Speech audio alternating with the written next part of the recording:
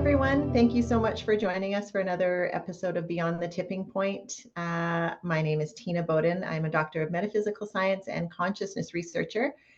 I'm really excited for our topic today. We are going to be talking about what it means to be an empath, and even more specifically, our experience of being an awakening empath. With all that we are experiencing now with this rapid evolution, many of us are experiencing our intuitive and empathic senses coming online. And I've been having conversations with people who are having some confusion with that and maybe some discomfort, which is totally valid. So I'm really excited to be joined today by my dear friend, Diane Marshall, who is a very gifted, intuitive, psychic empath. And yeah, I'm really excited for this conversation. So hi, Diane. Thanks for joining me. Hello, Tina. Thank you for having me today. So basically, I call myself an empath medium, and I explain it as an empath, I have the ability to feel your feelings deeply. And as a medium, I work with the aid of spirit to give you messages. So I do intuitive readings. But as the reason why I market, it's very personal to me to market myself as an empath. So as well as telling people I'm an empath, I market myself as an empath because I feel like, well, everyone's an empath. We are born empath with these empath abilities, and somewhere in our little child lives, it gets squished out of us or silenced or something.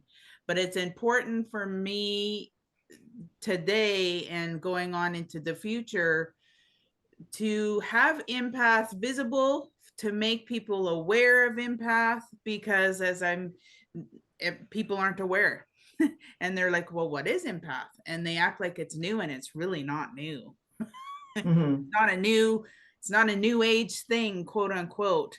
It's a thing where we're reawakening ourselves to the empath, which essentially is, to me, it's our left brain. Our right brain is the logic. It's us waking up to our intuitive selves, which is the empath, in my opinion. Yes. Yeah, I think that can be helpful for people to understand, is that it's something that is innate in all beings. Mm-hmm. And as 3D humans, or the way that we've been living in lower consciousness, it's just been like snuffed out a little bit. It's been dulled. Mm-hmm. And maybe the idea of being that has just been like with these isolated few examples, and often that idea can seem weird. Totally. It's too woo-woo. It's Yes. too, and we judge it because we've been living in this world that has said, no, left brain only. Right. Right. Oh, yeah. So yeah, here we are in this time where our evolution is we are having this experience of our left brain function and our right brain function coming together. And I like how Essence always had said it, if you take left and right, you put it together, what do you have? Right. Totally. Yeah. So taking that right brain that doesn't require measurements, definitions, proof of anything, where that left brain is very linear, whereas the right brain is that multidimensional awareness of and the ability to connect with all that is. Right. Not all at once, but yeah. And I really think, honestly, the empath itself is the sort of relationship structures to every relationship there is. So in a family dynamic, the children, the parents, the siblings, in a relationship dynamic of a partner, in friendship dynamics, in sort of the authority boss corporate world, boss employee dynamics. Yeah. It affects the empath. It affects every person in society with these different relationships we have in our living lives. Do you know what I mean? Yeah, that's a really good point. That's a really good point. I hadn't considered that, in how these senses are a part of our relationships, and when we are not aware of it, how the dynamics of our relationships can be unconsciously directed. Yes. 100%. So we can easily find ourselves, like we were talking before about the relationship between the empath and the narcissist, and that over the past few years had become sort of a very popular topic. I think it was 2020, 2021, somewhere around there. I just would see it with a lot of the spiritual teachers and empaths and intuitives. And so understanding how, or like an abusive relationship of any nature, how we can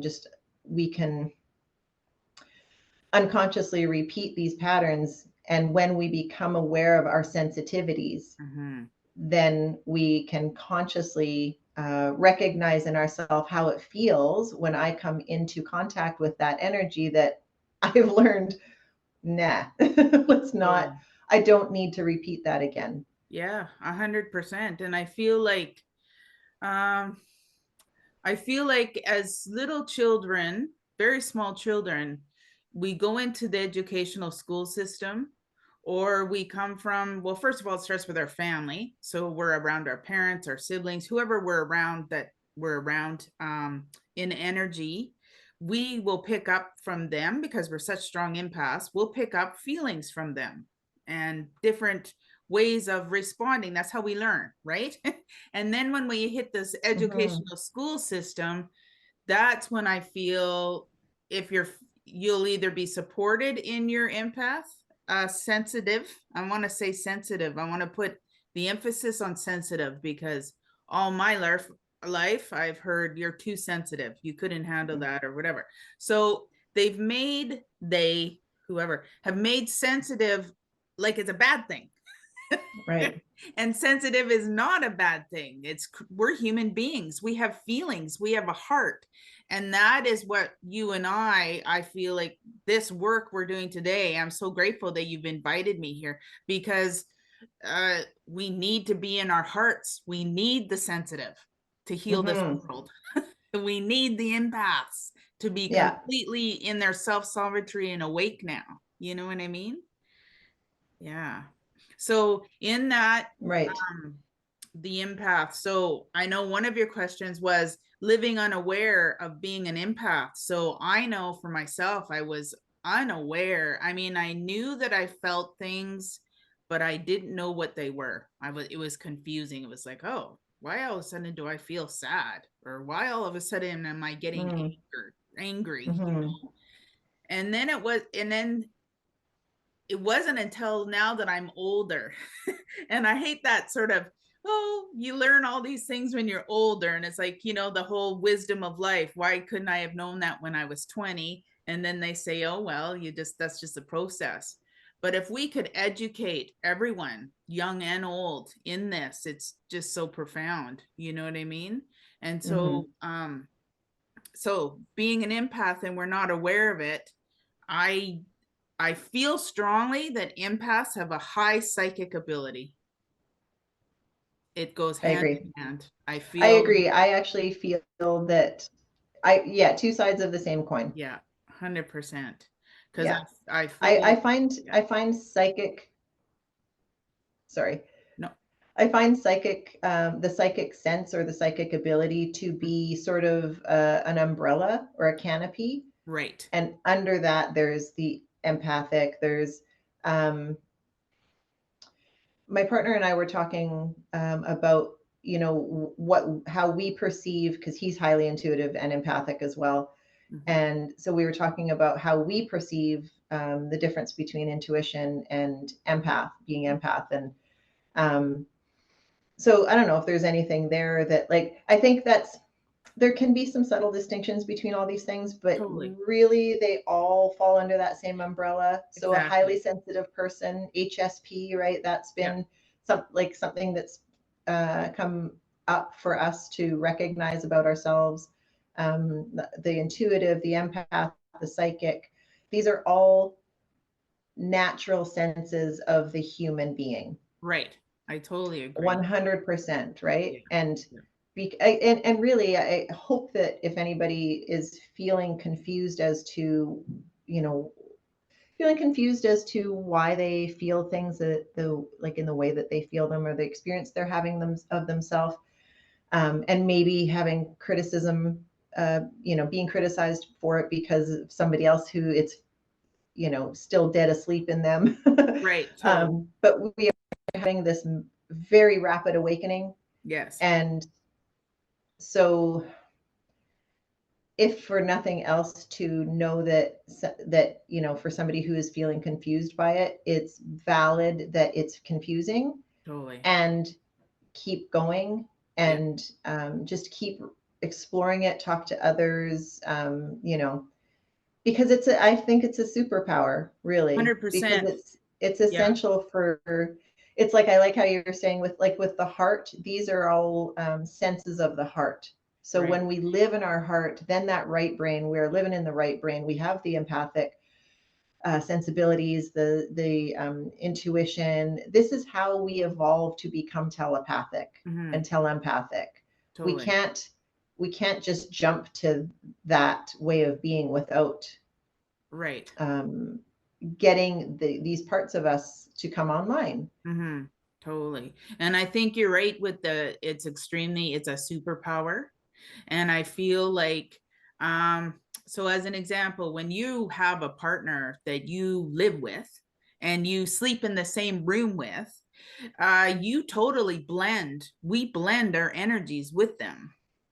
That's why they say, that's why they say you shouldn't be promiscuous with a lot of different people, because we're constantly blending our energies. And so in that energy blending, as an empath, it is like, whoa, tenfold. You know what I mean? uh so in blending the energies, that's why an empath will walk into a room and they can feel the lay of the land. Like you'll walk into a Starbucks and you'll stand in line up to get a coffee, and you'll just scan the room, and it's not that you're being nosy. You can just sort of pick up the energy from each table. You can sort of go, oh wow, that couple's having a fight, not going to look over there, or that person looks tired or whatever. And everyone has Right. that ability to do that. We've been programmed through, I guess, television, radio, whatever, we're dumbed down. Mm-hmm. you know and so in that, some people don't even care what a stranger's doing because they're a stranger. you know Yeah. but in Yeah. that, what it is as an empath, and it's a very hard, it's been for me growing up. I can remember someone said to me, Diane, in high school you used to look so forlorn and sad. And I said, I did? And they said, yeah, we always thought you were sad. And I said, well, there wasn't anything per se in my life that I was sad about. But what it was, Tina, was I was picking up everyone's emotions as I walked through those high school, and then of course hormones, that too. But when I walked through those high school hallways, I was picking up all these emotions and having no clue. You don't know Mm-hmm. what's going on with you. Like you think it's just, oh, you're just a teenager going through your hormones. Oh no, you're not. Uh, This is bigger than that. so challenging. Yeah. Right. Yeah. And then you develop all these beliefs about, like, you internalize it. Totally. And then you develop these beliefs about yourself, like, what's wrong with me? At least this was my Exactly. experience. And Yes. I'm 50 years old now, and I'm still like undoing that. Yeah. Um, ooh, yeah. Yeah. And that's where your Wow. question was, projection and intuition and self-doubt. So intuitive, so empaths, highly psychically intuitive. So in that, an empath, or to me, empaths are the true speakers of the world. So people say, what's a true speaker? Well, here's an example. When you're a little child, you're so honest and pure in your Mm-hmm. in your intentions. You will see something and be like, why is that man doing that? Or whatever. It's such a pure, honest, whatever. And what it is we'll see things and we'll say them in truth because it's the truth of innocence. And what happens is people don't like to be seen. Mm-hmm. It's a two-sided coin. some people, the whole world needs to be seen and validated, but some people don't want to be seen in the depths of their soul because some people don't love themselves and they don't want to see that. So an empath, I feel like, has the ability to mirror someone's feelings to them. I often say it's like a Cher lookalike. You go to Vegas and you can see that person that looks just like Cher, and the only difference is they have an Adam's apple, but they're that close to being Cher's twin. And I feel like that's what an empath has ability to do with somebody. And that's why we're so quick to take on sadness or happiness, or I don't know about you. I take on a lot of and I don't want to say negative emotions, but I take on the sadness and I take on the anger and I'll take on the depression. And it's really usually not mine. It's someone else's that I've been in the same room with, or I think that's an important point for maybe we can discuss a little more. Mhm. Is I think there's like learning discernment is such a key part of our evolutionary process. Mhm. So as as um, as an empath, discerning what's mine Yes. and what is in the environment Mhm. that I'm just feeling. Mhm. And I mean, because over the years, I've heard, like, as I've been getting comfortable with being an empath, Mhm. um, learning what that is in me. I Mhm. remember hearing people say things like, I avoid people, I hate people, I don't go places because I will absorb too much energy. I Mhm. have to like, and I could feel in them like I have to protect myself. I have to do all this thing, and I was just like, all I could see is that you're just walking around in fear, and like you're in this shrouded in this, like there's like a darkness around that. And so I took those things and I just said, well, I don't want to have that experience. I'm personally very gentle with the idea of protection, because I don't want to affirm that I need protection. I do live in a strong belief or knowing that I am protected. Mhm.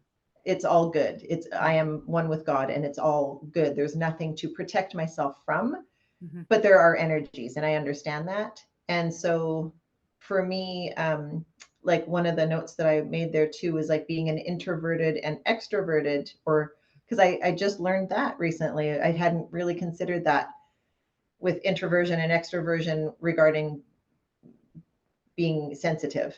Um, so some people are just, as an empath, because we are so sensitive to energies, some people will be more introverted to the point of isolation. Right. And then there was this term of like there's introverted extroverted, and I thought, yeah, that makes more sense to me, because i like to I like to be empowered Mhm. in my choices. So sometimes I need to choose to be introverted. I need to choose my own Great. space Self-care. because I just know for myself, I'm too sensitive right now. I just can't. I mean, aside from going grocery shopping or the things that I need to do, but I wouldn't go out dancing, like, Right. or something like that. But also the extroversion is, and on that note, like I went Mhm. out dancing last night and I was so low energy. And I Mhm. was like, but I was like, but I'm going to go. And Mhm. literally, as soon as I walked in, boom, Yeah. everybody was so happy. Like it just, I Right. walked into a different world. And then, like, I was barely 10 feet in and I started dancing. Yeah. So I was like, and then I had a great time. Right. And then I was like, oh, right. And I'm over 50 and I'm tired. So it's time to go home. Right. Um, but on the extroversion thing too, like sometimes, like when I write, Mhm. I love to go to a coffee shop, Mhm. because that's a way that I like to, I don't want to say be in control, but be empowered with the sensitivities. Right. And so I like to just sit and observe, because for creative purposes, I find it really helpful. Right. So Right. to learn how to use and work with those energies, right? And so because I like to write on, with my research of consciousness and this process that we're in with ascension and all of that, I like to feel into what's going on with people, because that actually gives me material. Right? Exactly. Yeah. Yeah. Right? I also feel like too with the introverted and the extroverted. So I don't know about you, but we're in this grand awakening right now. And for I me, hadn't noticed. right? And for me, I feel like this awakening has come about since COVID, since the pandemic. And I feel like we were driven into our, like on a metaphysical level, let's just talk about it on a metaphysical, spiritual level. It had everyone go into their homes, and it had everyone sort of not being octopuses with each other. They had to sort of cut themselves off of each other. And in that process, people learned, oh, wow, this is what it's like to be with my dog all day. Or this is what it's like to be with my partner all day, or my kids all day, or whatever have you, whatever your dynamic was. It had them do that. And in that, people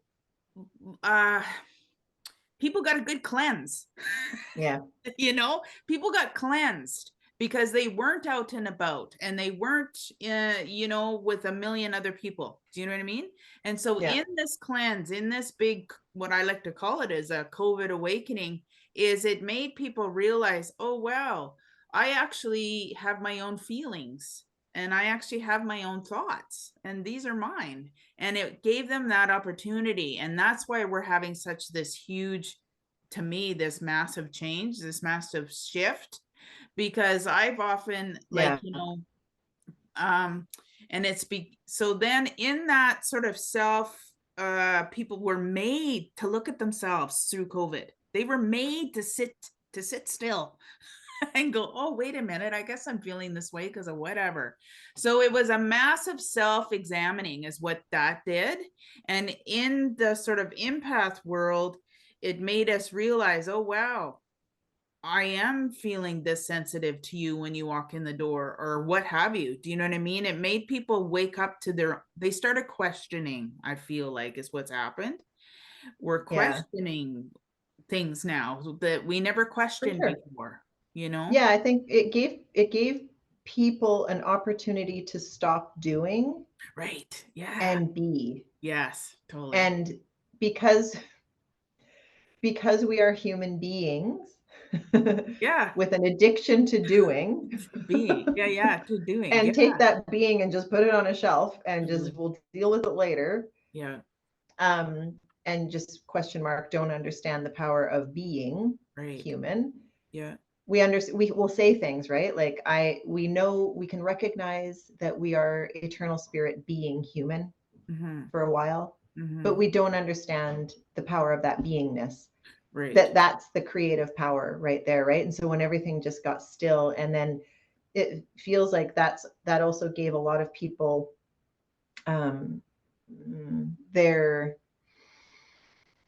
those intuitive senses or their gifts a chance to actually rise to the surface. And even here during where I live, I remember at the building supply place, because it's pretty close to where I live, they were having like a huge surge in because people were like, oh, well, springtime, summertime, I've got this project I've been wanting to do. I'm so excited, building my kid a tree house or whatever it is, right?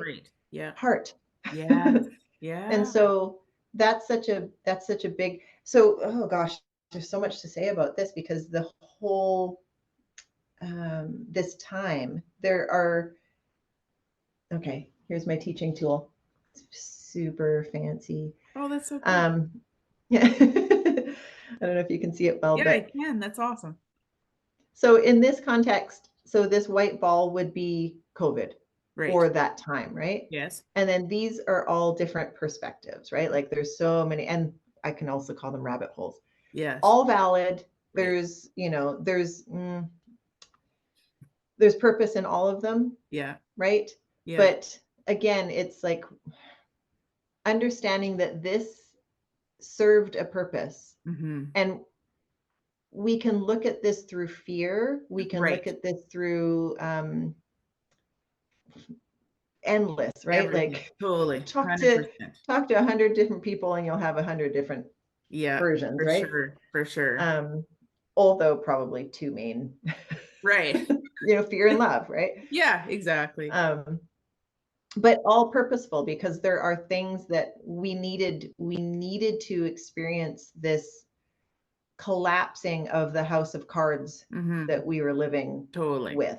Yeah. Right. Yeah. And we're experiencing this domino effect because we are experiencing an increase in light frequency. We are experiencing an increase in our own light embodiment.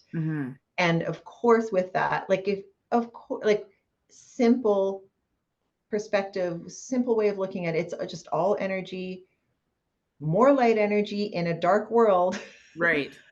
Like Essence would always say, if you shine a flashlight on the beast that hides in the corner of a dark room, it's going to lash out. And so, of course, we've been experiencing that. Of course, it's still there, but it's dying. Like it's just dying. So looking at all these things that we use as distractions, we're addicted to our distractions, we're addicted to drama and all of that. And that can really take us away from our true self, right? And so and I just find, like, because that empathic ability and the psychic ability and the intuitive ability and the senses, the sensitivity, it's so important for us to understand that of course we're sensitive. Right. Totally. Of course we are. And it's you can't not be, even if we deny it or we're critical of it.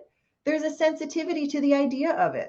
And there's a push away from it. So if we can look at that and go, oh, well, wait a second. Or now, if somebody is criticizing me, I'm not going to expect them to understand that in themselves. I have to look at that in myself, right? And then change my vibration so that I can go, well, either I can believe them, because like I had a couple of times during the crazy stir up in the first couple of years of COVID, right? Where I was attacked because I saw things.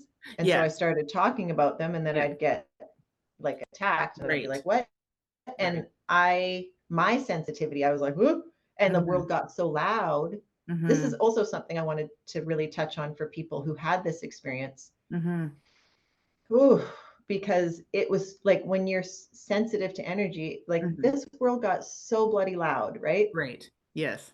And it was like, it doesn't feel safe. Like I can't be myself. Like, and if we just look at the pattern, it's not safe to be myself. And this is a pattern that humanity has lived with for a long time. Yes. We know how this goes in our history. Right. Somebody speaks of the light, let's get them.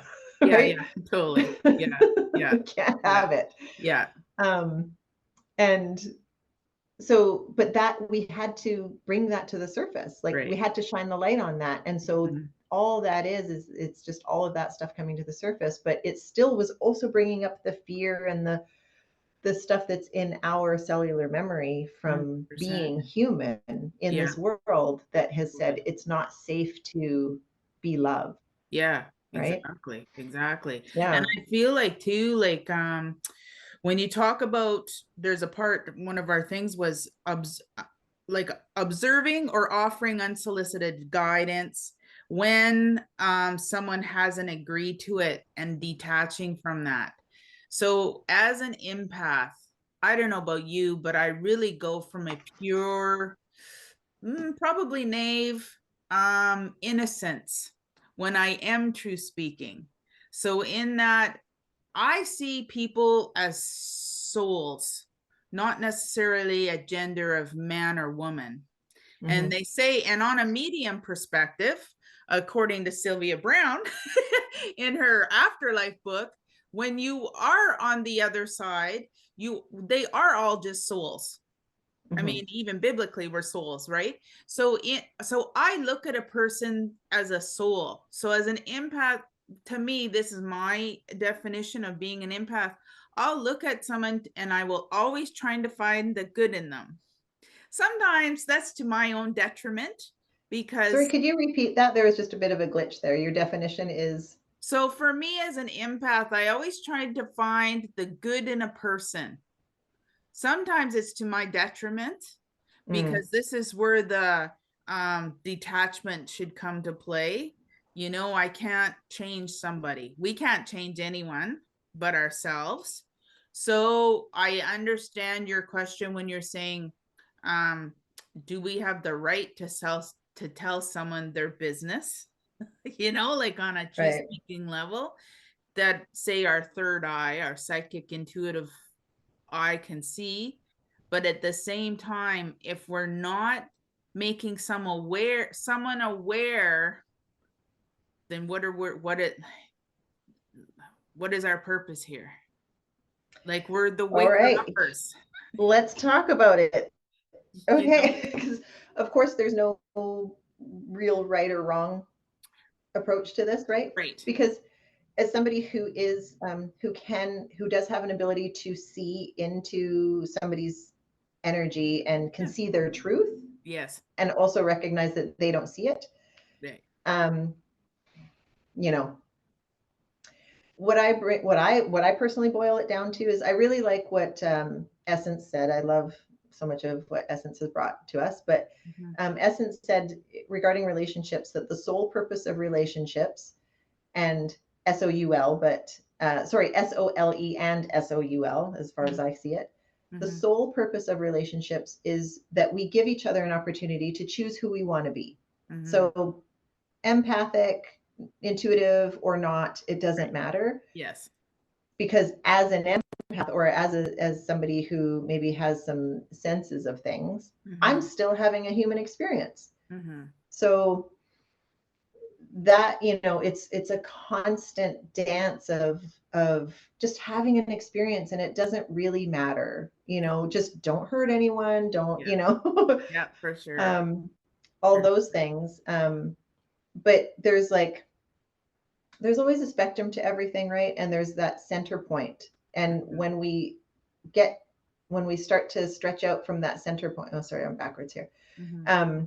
When we stretch out from that center point, then things can become a little tense, right? So yes, if I have an insistence that you need to hear what I have to say, of course, that person, then I'm arrogant, like I'm being super arrogant, right? And who am I to?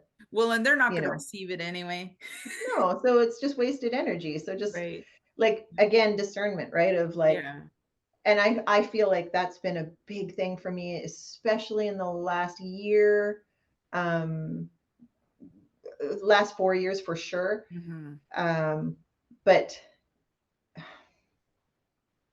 having more of an experience of just like, well, we're eternal. Like I surrender to that more quickly now, where I'm like, we're eternal. They'll figure it out in some other life if they don't get it in this life. And if they don't want to, like, you can feel an openness. Yes. I can feel an openness anyways. And if somebody, I find it like, this is what life coaching helped teach me was, you know, you gotta drop in with like, are you open to receiving? Right. 100%. Are you open to having this conversation? Yeah.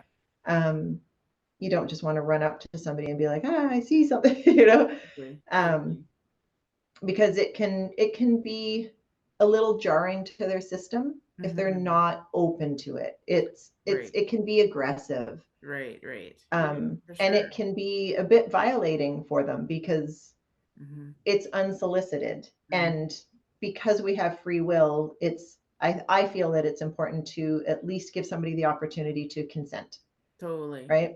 For sure. Because if somebody just comes up to me and says like, you're in an abusive relationship, like whatever, I'm not. But if you know, something that's like really heavy and you're just like, I'm not ready to look at that. Exactly. I also wanted to say it can spiral someone. Yeah, 100%. Well, and I also wanted to say that in that, it's not just women that are empaths, by the way. Men are too, you know? Absolutely. And I know you're aware of that. And I feel like, you know, for years, for decades, for eons, there has been such a shift in what a woman is, and and the gender and all, we could, that's a whole other topic. But what I want to stick to today is men are just as empathic as women are. Men are just as sensitive as women are. And men have, in my opinion, have had a bad rap in that for their sensitivities. No, you got to be a man. You can't cry. You can't show emotion. You can't express your feelings or whatever. And in that, we need more men like Gaber Mate, Gaber, the doctor. We need more men like him owning their stuff and saying, this is me, this is how I feel, this is what I realize in my life that I should have done or should not have done. And just allowing someone to have their story instead of putting people into categories of this is that, you know what I mean? So for empathic men, I think it would be fantastic if they started sharing their sensitivities and going, well, as a man, I feel this way or whatever, right? Because we all know that women are, we sort of are like, oh, well, women are classed in that whole hormonal thing, where they're going to cry at the drop of the hat and whatever. And fair enough, that is how we're made up. But at the same time, as souls, we're all one. We all come together as one soul eventually. You know what I mean? We are all composed of masculine and feminine energy. Yeah. It's when we're talking about left and right brain, it's not gender it's not gender specific, right? Because every human has a left and right brain. So there is function to the right brain, there is function to the left brain. Some males will predominantly function more with their left brain, and some males will be balanced. Some males will be functioning more with the right brain. So having that scale tipped in that way. Same goes for women, females, where we can have more masculine energy running, more feminine energy running, or a balance. And there's no right or wrong. It's just humanity having an experience of itself, right? Yes. Yeah. Sure. Yeah. Yeah. So, but then there's yeah, I mean, I really am enjoying seeing more. I mean, because we're having that shift from mainstream ideas to, I guess we'll call it alternative, but let's say internet, so podcasts and things like that. We're having, there's so many amazing men who are very masculine, who are allowing themselves or choosing to present themselves, and kind of share their experience of their personal evolution and having different conversations with different men about certain topics. And there's no, and again, it's not, humanity is not one size fits all. There's no, we're not cookie cutter at all. We're actually coming out of the conformity consciousness and coming into unity consciousness, which is this tool, this little model thing represents multi-dimensionality. Right. So, and here we've got this straight line that is conformity, that we've all been living in this little box of an idea, and we're having growing pains because we're realizing, well, wait a second, innately I knew that was never how I was supposed to be. I was never supposed to be what everybody else expected me to be. Exactly. Very traumatizing. And now we're going to open up a whole nother layer, right? Of like, this is our time where we're starting to heal our collective trauma from living in those ways. Now, you and I and many other people have been at this for a while. So we've done a lot of our personal work. We've come through it a lot, but most of humanity hasn't scratched the surface. So not to interrupt you, but in that, one of your notes says no hiding from an empath. There's no hiding. Yeah, you and there is no hiding. So in that collective sort of coming out of those old patterns and whatnot, it's true. You cannot hide. How do you say? And for all my life, I've fought it. So what I've been fighting is I know the truth you know, and someone says, oh no. And what's classic for me as an empath, I get called an overthinker. And I used to take that and I used to swallow it and go, okay, yeah, you're right. But now I refuse to swallow that anymore, because as an empath, it's actually, no, I actually feel this, and I feel you, and I feel me, and I've discerned between what my feelings are and my perceptions are. And I can read sort of intuitively what another person's perceptions are. Like, do you know what I mean? And so it's one of those things where I know for a fact that someone is they might not be purposely deceiving me, but there is some energy of deception there. I'm not perfect, so I can't pinpoint exactly what this weird or feeling is, but there's a feeling there that something's off. And to me, that's a big one for empaths, is they have the ability to know, oh, there's something about this that just isn't right. You know, we might not be able to pinpoint it exactly. Oh, well, this is what this is. But there's an energy that empaths can pick up on. It's like a wolf smelling the air, sniffing, what is that? And we know that there's something off. And so you can't, there's no hiding. You can't hide from an empath. An empath knows that there's something there. You know what I mean? We might not be able to. Yeah, exactly. Yeah. And those senses within us have, like, we all have it. Just some of us, within some of us, it's more activated. Yeah. Doesn't mean that it can't be activated in everybody. Right. You know, depending on what their perhaps what their soul agreement is for the lifetime, if they're gonna, if they're going to be open to having that. But and I feel like that's where just imagine the world where the narcissism. Yes, sorry. I feel like that's where the narcissist relationships that empaths and narcissists have. I feel like, so a lot of people are like, well, what is narcissist and empath? Like, do you know what I mean? What is that combination? And I feel two ends of the same spectrum. Yeah, right. Two ends of the same spectrum. Yeah. Yeah, it's like there is again, there's a spectrum to everything. And yeah, okay. There's a spectrum to everything. So let's just take the idea of sensitivity or being sensitive. So there's that center point, which is, it's balanced. And then you come out from either side, and there's going to be over and under sensitive, right? Yeah. So the oversensitive is going to be the empath, because our senses, like our circuitry is so on, like our circuit board, everything is just wired in, right?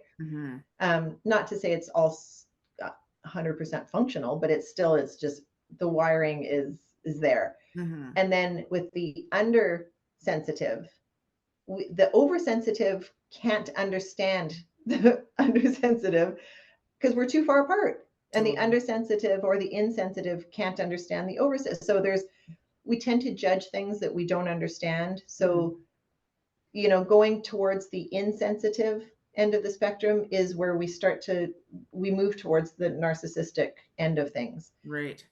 We all have it. We all have our narcissistic. We all have that too, right? Yeah, for sure. But so when we judge things that we don't understand, the narcissist will project over to the other end of the spectrum that it doesn't understand in itself. Right. And it will say, you're over analytical, you're over this, you're over that. It's like, well, wait a second. It just appears to be that way because it's not very well developed in you. Yeah. But same thing for the maybe still evolving empath that doesn't understand their sensitivity is going to have a projection on the narcissist and say, 100%. You're so insensitive. Exactly. Right? But the beautiful gift is like coming back to the sole purpose of relationships is that we give each other an opportunity to choose who we want to be. Yes. And so for the empath, and I'm not going to speak to the narcissist because they don't want to have that conversation. Right. Totally. They don't want to look at Choose your themselves. battles. Yeah. Yeah, totally. Yeah. Yeah. I'd rather be just myself and everything else can F off, right? Like, Right. Totally. whereas the empath is like, but I want to understand. Like, Mm-hmm. there's that sensitivity. Not all, I'm sure there's not all of them, Times. Yeah, for sure. but you know what I mean? But Yeah. what a beautiful gift in like asking somebody to be the narcissist, a soulmate, right? Right. To come in to have the experience so that I can see myself and find a sense of empowerment in myself. So I don't, either I believe you, narcissist, for telling me that there's something wrong with me, Right. or I Yeah. learn to embrace what I am. Exactly. Totally. And that's the unity consciousness, and that's the diversity within ourself, right? Like, again, Mm-hmm. coming back to like, we are, Right. this is all of us. This Totally. thing is 100%. me. And when it's, Yeah. you know, I also feel like too, as an empath, for me personally, I have grown up grown up and continue to live with a negative view. And it's very hard to bring myself back into the positive line, so to speak. So what I mean by that is, and then I say to myself, well, is it negative or is it factual? Because I have lots of conversations with myself. But in the negative for an empath, because I have studied, I've analyzed that myself, and I've said to myself, gee, it seems like I just pick out all the negative stuff out of a situation or whatever. But I think on some level, an empath is geared to do that because it's that sort of pus, for lack of a better word, that needs to be cleaned up. Do you know what I mean? Like, I feel like as an empath will feel things and sense things and know things. It's like it's like a wound, and you need to clean it out so that it heals properly. Can you think of an example? So what would an example be? I feel like, say, how do I explain this? So say in a situation at a job where you've got your coworkers coming in, and so and so is usually tired and grumpy because they've got a home life that they're not sort of dealing with or whatever. You don't know the dynamics of it, but you've always felt the sense from that person, right? So in that, it's like we do a dance with each other. Like, an empath can tell this, okay, that person's tired today, I'm going to leave them alone for a bit. Or maybe that's just human nature. To me, it's an empath thing. I'm just going to leave them alone for a bit because I can tell that their energy's off this morning, And then say the rest of the day you go through and that person's arguing with the authority, with boss or something. And you're like, oh, gee, they're bringing their personal stuff into the workplace. And it's really not the boss's issue. It's whatever, they're tired because of something that happened. You know what I mean? And so an empath can see the dynamics of, well, that's your personal stuff. It's really not the work stuff. Do you know what I mean? And I feel like an empath will get caught up in that as well. And then it'll be like a big circle of who, you know what I mean, of emotions and energy. And you got to be careful not to take on that tired person's anger. You know what I mean? And stay neutral to each person's emotions that they're going through, kind of thing. So, but in cleaning that up, how do I say, before being awakened to myself as an empath, I would get caught up in that festering of that person who's tired and grumpy that come to work that day. I would match their anger, or I would match their tiredness. And I'd be like, oh, why am I so tired all of a sudden?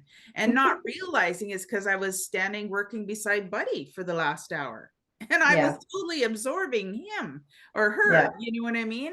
And so in that, I think an empath has the ability to narrow in on something like that and then clean it somehow. Our energy, Yeah. Going back to the negative thing, I have been told I view things negatively. And I say to myself, well, no, I think I see the truth behind it. And a lot of people, to me, in my experience, the truth is a negative. Mm. Or the truth isn't received well, because truth is truth, Right. As an example, for the readings I do, I'll hold a talking stick out to someone, because in the indigenous culture, a talking stick, that's, you hold the power to speak, and it should be just your moment to speak and not interrupt or whatever.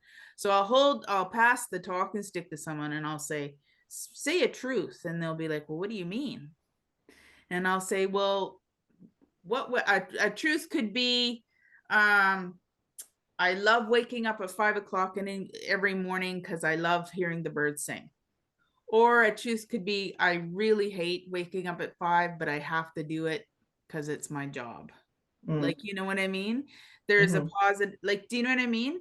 And I feel like I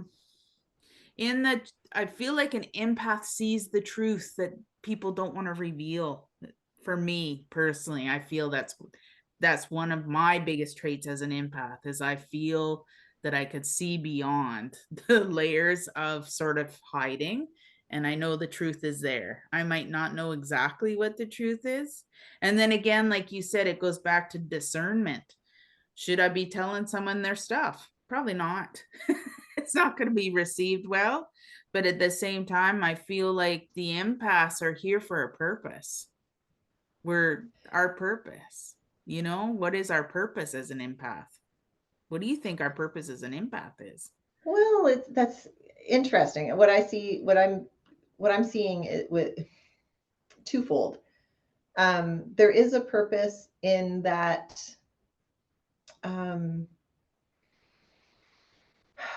again, with that being a superpower, that it can be highly assistive to humanity.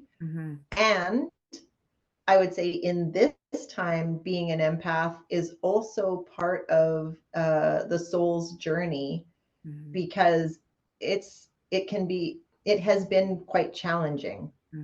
So finding balance, finding strength, finding true power in being what you are. And yeah, because I always see the true balance, right? It's like there's the pendulum swing that can go up and to extremes, but then it eventually, finds this place of true balance, and it's not fixed, it's not static. So doing something one way, not doing it another way, is that the right way? Is that balanced? That to me seems more polarity, right? Or black and white. But just constantly, like, it's almost like there's more. You step into a house, because it's all a house of mirrors, right? Life. Totally. And it's like having the empathic senses turned on is like yes. Yeah. like multi-dimensional fractal reflection, which can be overwhelming to our system. Oh, totally. Right. So coming back maybe to that introverted extroverted thing of like, yeah, sometimes you just got to do it for self-preservation. You just got to sit back. But I don't think there's a right or wrong, because again, that's the polarity of our old consciousness. I think it's just when we become more proficient in our presence and being present, then we make different choices. Exactly. Right. So like with the example that you were talking about with the employee, like the coworker or whatever, it made me think of times when I've experienced that and my people pleaser would kick in. Right. Yeah. Oh no. Yeah. Let me help, and then make it worse. Yes. And because somebody might be like, hey, why don't you just F off? Yeah, exactly. Right. Just trying to help. Yeah. Or mediation. I used to do that too in my workplaces, where I'd be like, employee, boss, there's friction. I'll step in. Yeah. And even though it would help, it Right. drained me. So Yeah. then I had to learn, okay, I can't do that. So then that's actually what led me into self-empowerment work, where I would then go, because people would come to me without me even asking. People would just come to me. It's like, we just know, right? We go, Yeah. oh, there's a light on in that person. That person's going to be helpful. Mm-hmm. But then I had to learn to be discerning on, well, when am I actually required to help? Like, are these people Totally. in trouble? No, Exactly. not really. Yeah, You for know, sure. if they're in trouble, of course I'm going to help. But if somebody is just has a gripe with our boss, Mm-hmm. well, then that's when I started to think, well, I got to approach this a different way. Right. And then I started helping them find their own answers and them find their strength to go talk to them. And then what had been developed in me, which was my ego, people pleasing, perfectionist, like, oh, I gotta, it's like a puzzle and I can, you know, Right, and right. then just going, well, wait, this is draining me. So Mm-hmm. now I have to find a different way to be, because, you know, Well, and there's evolution doesn't stop, right? yeah, 100%. I also Yeah. feel like too, it's very important for empaths. I don't know about you. I've had a lot of, oh, I think I'm crazy moments in my life, you know, Yeah. and it's so that's such a detrimental heart, cut your own heart out with the knife thing to Mm-hmm. do to yourself, to sit there and go, wow, I think I'm crazy. And in that craziness, it's I'll give you an example. So years ago, when I first got my, like, I'm going back into the early 2000s. When I first got my first, I went to a psychic that came to the town I was living in. And she says, you would do well with going to see a layer of hands, a hands-on healing person. And I'm like, well, what's that? And they're like, well, that's a Reiki practitioner, and they'll be able to help draw out sort of like a poison in you. And I didn't understand. I was like, I don't know what you're talking about, whatever. But I utilized that knowledge and I went and sought out a Reiki person.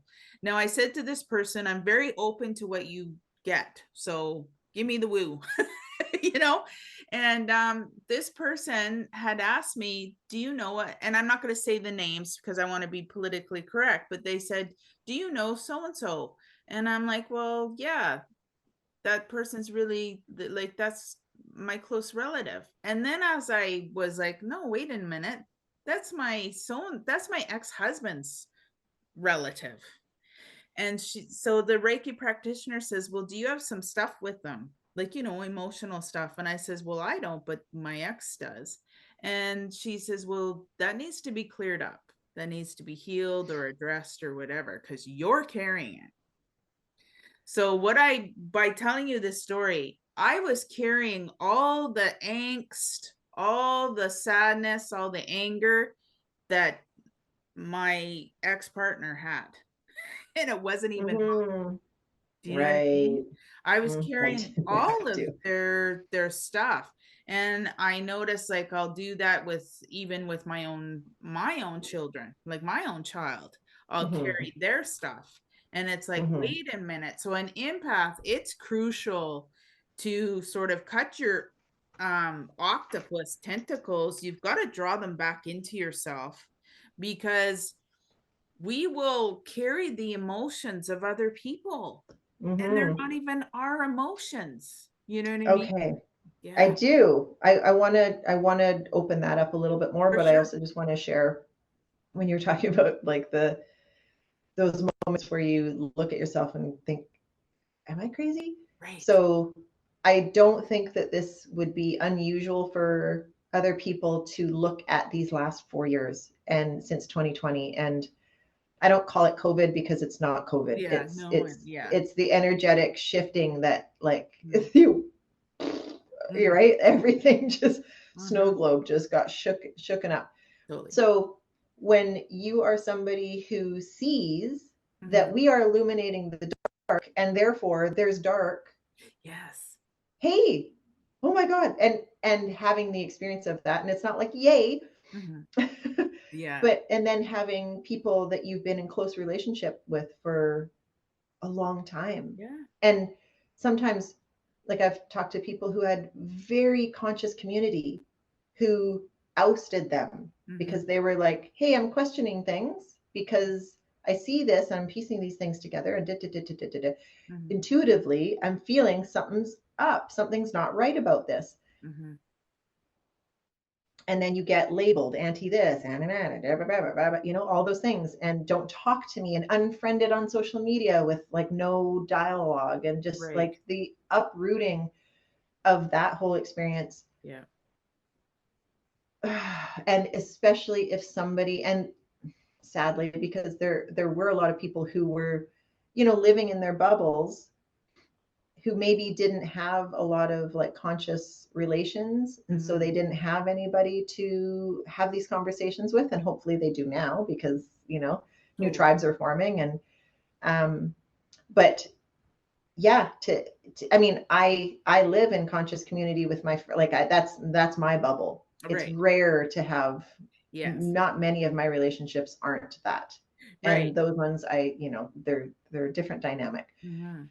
But even those ones, Mhm. I was receiving that, and I was like, Right. Yeah. really? Yeah. Exactly. Really? That's going Yeah. on? Like, you're going to default to that? Like, it's, Totally. anyways. So, but still at times, like questioning yourself and going like, I, but I know I see this. And like, even Exactly. having, I even had validation during a craniosacral session. Mhm. I went so deep, and I had a higher mind guidance voice, like Mhm. clairaudience, Mhm. where, um, and it brought me right back, because the voice said, trust in what you see, your third eye is open.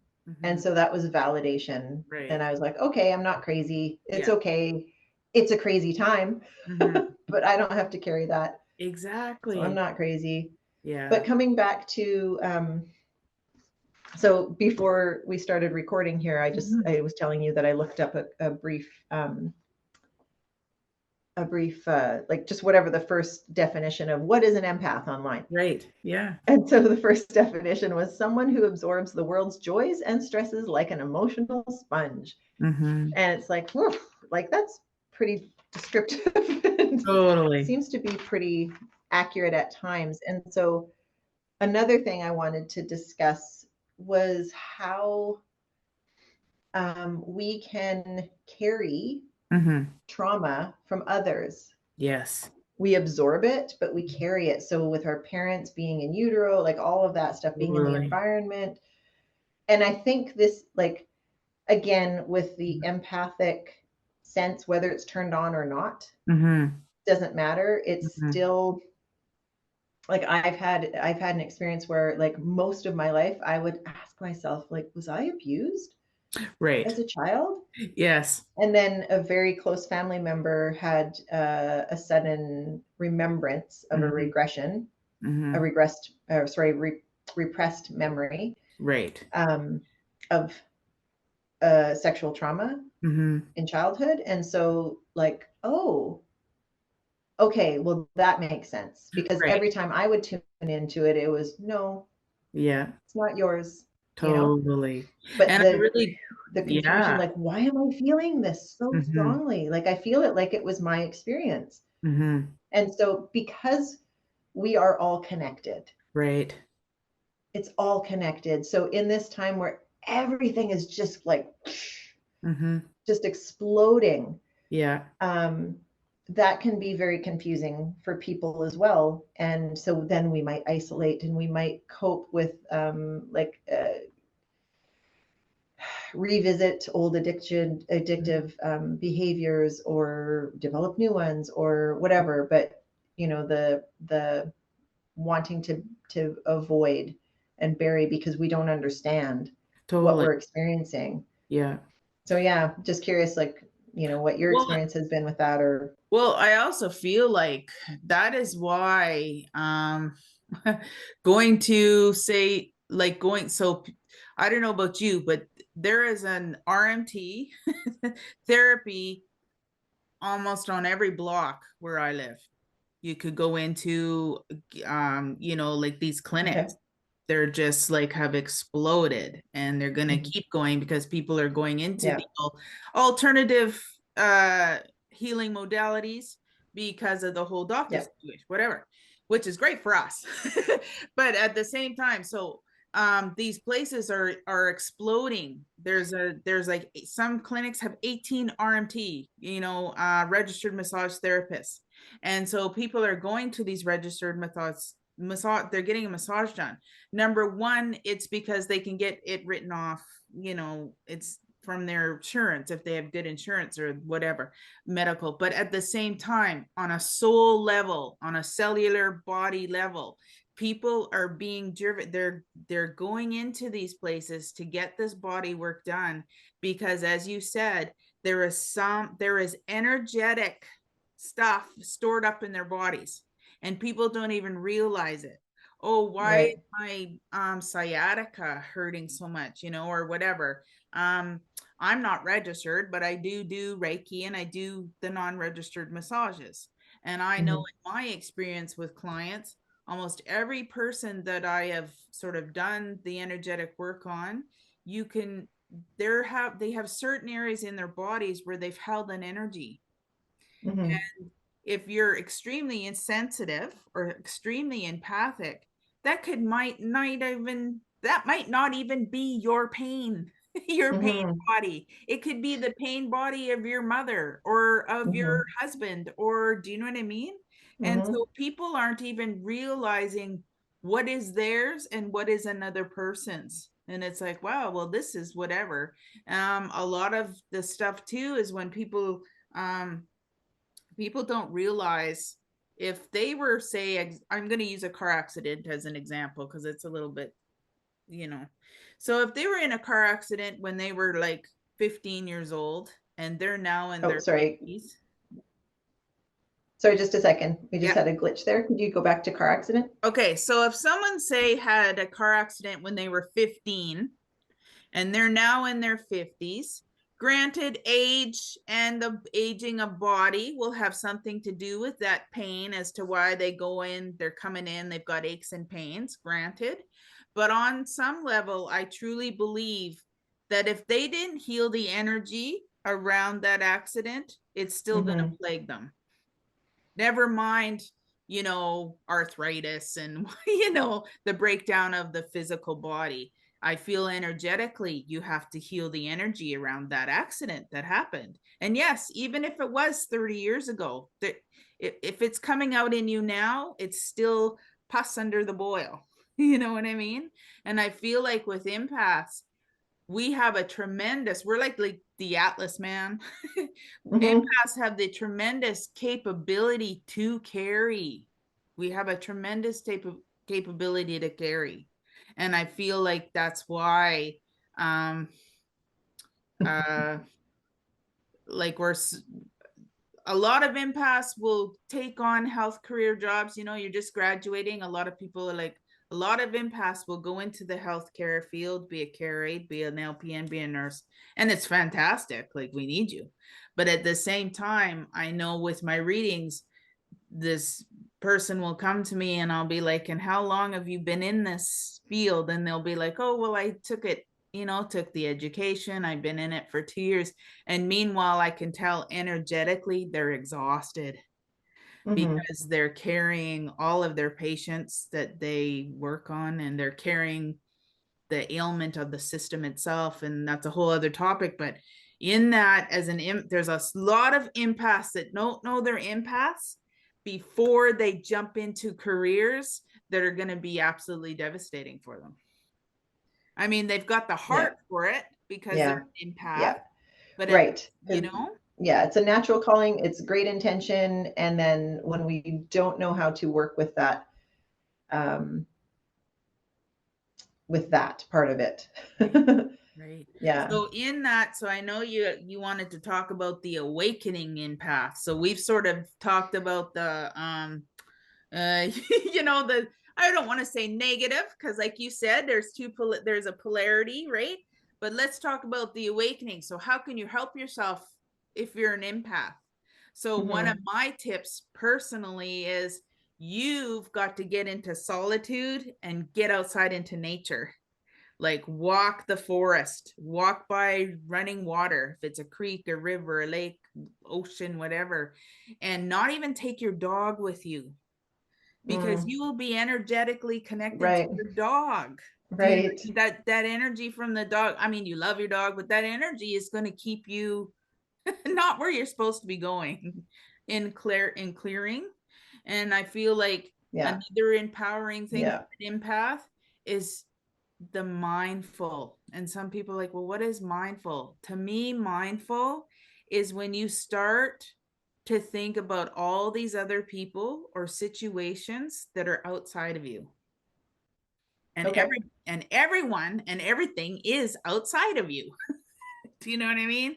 And when you let your mind wander to them, that's what's detrimental to an empath, because they stay in their minds and they're trying to solve and they're trying to be analytical, and it makes an empath go from their heart up into their mind, and they're trying to solve everything in their mind, when an empath actually works from their heart, and they already intuitively know how to heal the situation, or like they know how to sort of fix the situation. They don't have to go up into their heads to do it, but we're in a world of our heads where we're in our heads all the time. And if an empath is mindful and they sit there and go, wait a minute, where am I right now? Oh, I'm actually supposed to be cooking dinner. I'm peeling this carrot right now. And yeah, peeling a carrot's boring. And so that's why our mind wanders. But if it's wandering to situations or people that we cannot do anything for, we have to bring ourselves back. Because I think an empath's wandering mind is detrimental to empaths. Absolutely. Yeah. Just being so present that you are just reminding yourself, right now, I am peeling this carrot. Totally. It's orange. Yes. 100%. Because what happens is dull. Because what happens is we're healers and we're lovers, and we are so sensitive in our hearts. We want, not that we want everything to be rainbows and butterflies, but we kind of do. And in that, it's and going back to your previous question about like the purpose of the purpose that empaths can serve in humanity is, I mean, I'll broaden the term to light worker, that, as light workers, we are here to be a part of grounding the new grid of consciousness within humanity and on the planet and within ourselves, of course. But there is a special role, I suppose. Right. I don't mean that in an elitist kind of way, but that is, we're having these conversations, right? Like we know because we connect with other light workers and we say, oh, you see, you are okay. Right. You understand? Oh, do you know about this? And we share information and we're like expanding. And because not all of humanity is getting the call, like there's a lot of stir up and there's a lot of confusion. So there has to be a percentage, if we will, an amount of energetics on the planet within humanity that sets a grid, right? So we're all over the world. I know that's going to sound arrogant to somebody, but probably won't be drawn to this video anyways. And then another thing I just wanted to share for practice that I do, that I've been using lately, that I realized, because I would get just lost if I'm in a crowd of people. I'll just get lost in the energy and I'm like, and so and then I'm wiped out. Like my board gets overloaded, my circuitry board gets overloaded, and I'm tired from just saying hello to 5 people. Because I'm saying hello in the way that they say hello, or I'm and doing all that instead of like, how am I?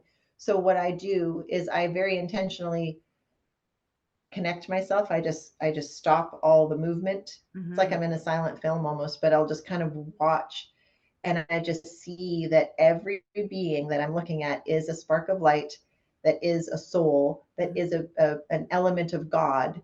And I just sit with that. And Yeah. I just go and I just observe and I just go, look at us just all walking around like, I don't know what's going on with that person, but they're good, you know, and they're capable Exactly. and they're this and they're that and they're good and they're good. And it's not Yeah. that I'm not praying for them. I'm not praying them for them to be good. I'm affirming that they're good.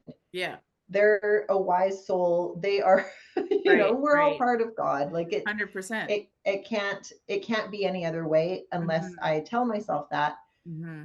And then I can have my experience Right. of Totally. myself in relation to all that is going on around me. And usually I find what happens with that is that there's just the interaction isn't the same. Mm-hmm. Mm-hmm. Either they just go along and they just act like my silent movie and I just carry on through the grocery store or whatever. Right. And, you know, I just go, here we all are Yeah. pretending like we forget who we are, you know. Exactly. Isn't this Exactly. fun?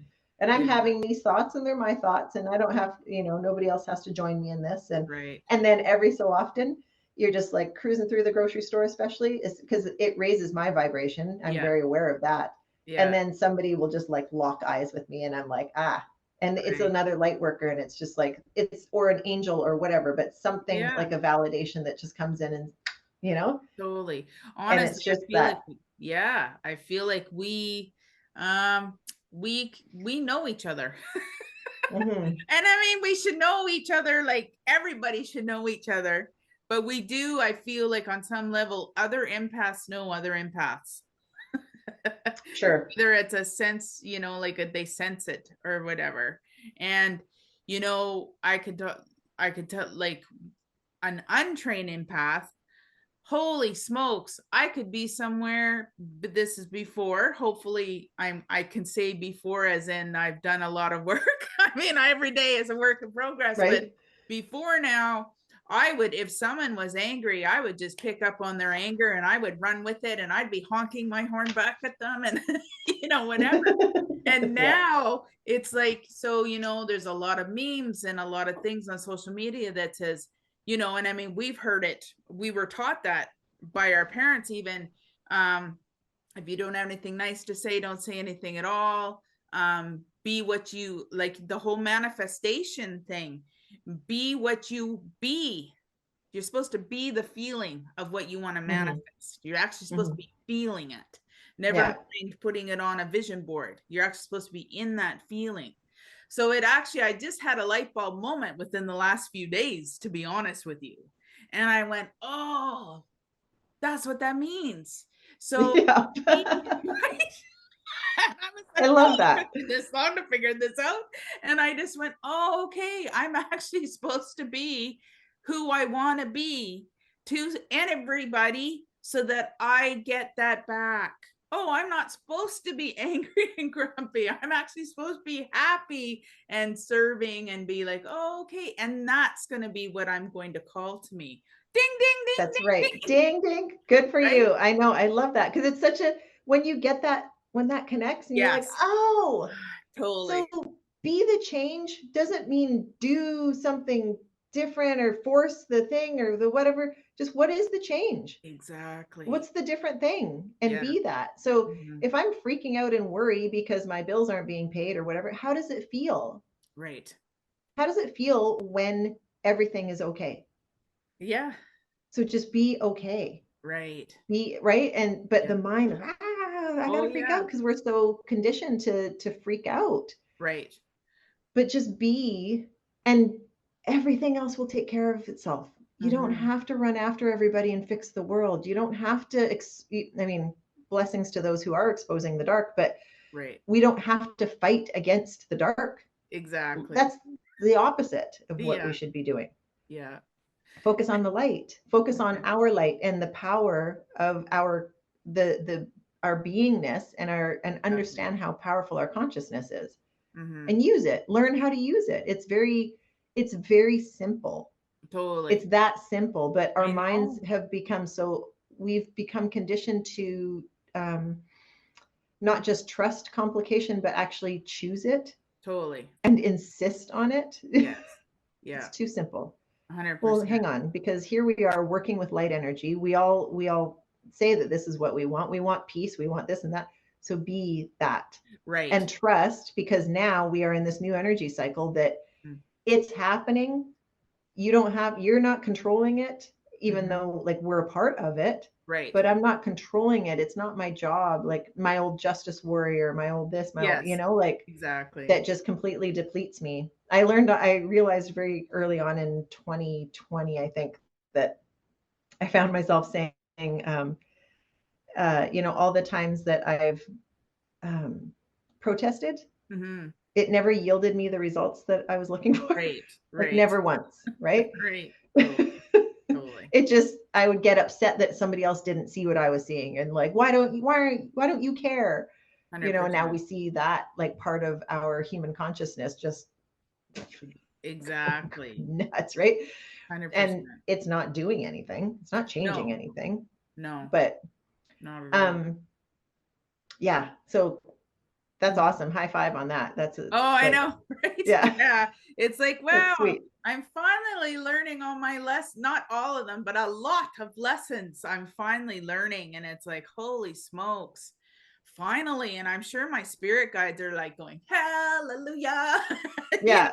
So, well, and that one about the being is it's so central. Yeah. Right? It's the pivotal point. It's like that hub of the wheel from like, oh, okay, well, I can point myself in any direction from right here. Totally. Right? Yeah. And just being aware, what am I creating if I'm panicked? Yeah. Why am I panicking? But we have to go through that process of that work. Totally. To, recognize, but just don't become addicted to it. Yeah. Right? It's you can chip away and get to the simplicity of that piece where it's like, okay, well, if I recognize there's something that I don't prefer, well, what do you prefer in its place? And just being that and trusting that, like, just use your meditation for that, right? Not you, I'm just speaking generally, but so I want to and trust that you're that powerful. Exactly. Like, we are that powerful. Yes, it's not supposed to be crazy hard, and we're not supposed to fight against the world that is collapsing. We're not supposed to, because we hold it up by doing that. Exactly. We hold up the things that we like, that they're trying to get away from us. Totally. Like if it's not serving you, just let it go. Yes. I know. It's like a bulldog. It will be replaced. Exactly. I also wanted to say too, so recently, last weekend, so I think why I've had such a big shift this week is last weekend I went to a tea house. There's a fantastic place over here in Nanaimo. It's called the Calico Cat. I'm going to say it.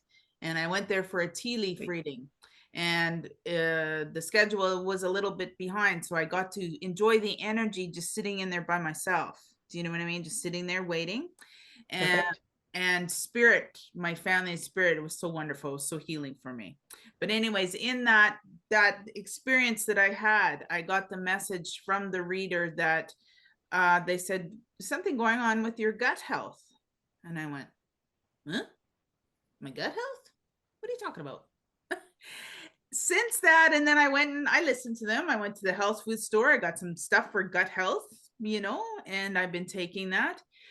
But I went further in just it being physical, like a physical, then you need to check out your gut health. I went further in my analyzing because that's what I like to do. And I went, oh my goodness, gut health and my emotions as an empath. Wow, here it is. Ding, ding, ding, ding. Holy, do we ever have as human beings the ability to shut our bodies down because we don't want to think it, feel it, whatever? And in my gut health, so now that I've been aware of there's something going on with your gut, of course my focus has been on my gut. Oh, what's wrong? Like, and so my focus is on my gut. But I've also realized now in this past week alone, in a situation where I thought I was okay in, when I had to confront it, I felt it in my gut. And I went, oh my God, that's what this is. My gut is screaming right now. no, this wasn't for you. Do you understand that now? And I'm like, oh, yes, I do, because I feel it right here in my guts. You know what I mean? Right. And so, Right. in that, empaths have a tremendous ability to shut themselves down physically. We could be Mm-hmm. Trojan warriors, and we are Trojan warriors. But at the same time, when you get to a certain level, which I think energetically the world's getting to these levels, um, we can't fool around anymore. Mm-hmm. Like, our Mm-hmm. bodies are getting exhausted because we're carrying so much stuff that we don't need to be carrying. It's not ours to carry. You know what I mean? Right. Yeah. And Right. so recognizing that gut thing, I'm like, oh my goodness, that's the gut thing. Where have I been? You know what I mean? It's like Right. I've been on some other plane somewhere. And now I'm like, Right. oh, okay, that's what this feels like. This is what this means. When your gut starts tightening up, yeah, that's a big no. That's a big red flag. Right. Right. And I never realized that, Right. you know, Yeah, and the yeah, timing and order of these, things coming yeah, through. yeah. But Yeah. and the timing and the order of how these, yeah, exactly. My friend, I spoke with her the other day, and she said that she described it as time capsule. Okay. So she's been having like a lot of these things opening up Right. that were very deep, very Yes. deep, very deeply Yeah. hidden from her conscious mind. Right. Um, but yeah, I think these energies now are, uh, I'm going to say supportive, but Mm-hmm. that's not accurate. Right. Just highly facilitating Mm-hmm. what I actually healing just, we need to yeah, have. And so, yeah, like it'll just come as it, when it's the right time. totally, Those totally. those dots will connect. Right. Right. Yeah. I also noticed too, like, as an empath for several years, I don't own my own home. As an empath, it's best to own your own home if you can. I don't, and I've been a renter, and I've noticed that when I'm around, like, an empath will energetically feel the person above them or beside them or below them. Do you know what I mean? We are enmeshed in Mm. energetics. So if you're living in a situation where you're energetically, like, as an empath, it would be suicide for me to live in an apartment building. I mean, maybe I could control it, but for the most part, I'm thinking, oh, I would never, because there's so many other energies in there that I would live, and that would be Mm. mine. Do you know what I mean? And so I hear what you're saying. yeah, and so I noticed that for me, being in my own energy, it is the best clearer for me. Like, do you know what I mean? Like, if I rented a carriage house once, and that was the most clearing, energetic thing I could have ever done for myself, because it was just me. And I hadn't realized how much Mm. I mesh with other people. Right, right, right. So it doesn't even have to be your physical partner. It is people around you, like, in, like, anybody around you, you're meshing Mm. energetically with. And I don't think, as human beings, like, I don't think we realize that. I feel like we know that we're apart from someone, because I am me and you are you, but we don't realize we have this energy frequency that's always doing a dance with one another, For sure. you For know? sure. Yeah. Yeah. Yeah. And Yep. we're always picking up feelings. We're picking up and I also feel like, and here's some more deeper woo, I feel like as an empath, we can almost read each other's minds. Mm-hmm. Yeah, we are Mm-hmm. going into the level of telepathy in our world. Yeah, I think Bashar describes it as, it refers to it as telepathy, Mm-hmm. where, because we are in fields of energy, Right. um, that once a thought occurs to my mind, so my partner and I, we have this, we've had Mm-hmm. it since day one, and it took us probably 5 years to, I Really figured remember, it out. I remember after year 3, I was like, okay, we got to start freaking out because this happens like regularly. And then after 5 years, I was like, we need to like stop going, what? Like, what? Yeah. Like, just let's be done with that. And let's move into accepting it. Yeah. So now when it happens, because I'll, boom, a thought will come into my mind. 1, 2, he'll say it. Right. Or vice versa. Yeah. And I'm like, yeah, I knew you were gonna like. And now, like we were talking about this when we were talking about intuitive and empath and what our experience of that is. And so when I was saying like now it feels like I'm becoming aware of the vibrational frequency of the thought that I know is being picked up Right. from them, right? Mhm. Not all my thoughts. Right. Yeah. I have a lot of thoughts, right? Yes. Mine just goes, Exactly. but Yeah. it will be like it feels different. There's a different frequency to it, and so it doesn't surprise me now. And I'm like, Totally. yeah, like of course. 100%. So that's an interesting little phenomenon about, within our evolution that Mhm.